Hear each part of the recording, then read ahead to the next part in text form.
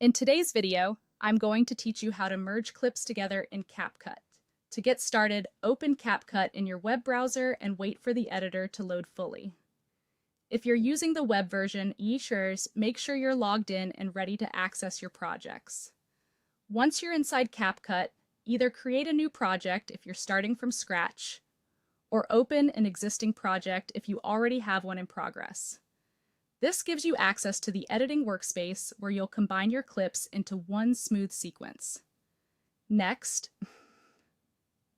import multiple video clips into the media panel. This is where all of your source files are stored before you place them into the timeline. Make sure all the clips you want to combine are uploaded completely so you can work without interruptions. Once your clips appear in the media panel, you're ready to begin arranging them. Drag the first clip onto the timeline. The timeline is the main area where your video is built, and this first clip will act as the starting point of your sequence. After that, drag the second clip onto the timeline as well. Position the second clip directly after the first clip so they connect in order. This is the key part of merging clips in CapCut.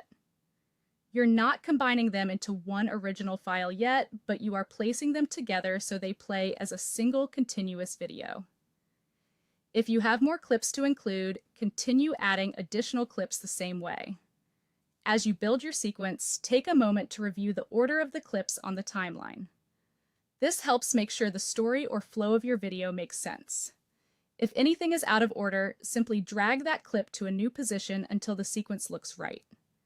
You'll also want to remove any unwanted gaps between clips. Even a small space on the timeline can create an awkward pause or black screen during playback, so zoom in if needed and make sure each clip sits tightly against the next one. Once everything is in place, click the play button to preview the sequence. Watch carefully and review how the clips play together. Pay attention to the transitions from one clip to the next and check that the pacing feels smooth. If something doesn't look right, make adjustments as necessary by moving clips around or closing any remaining gaps.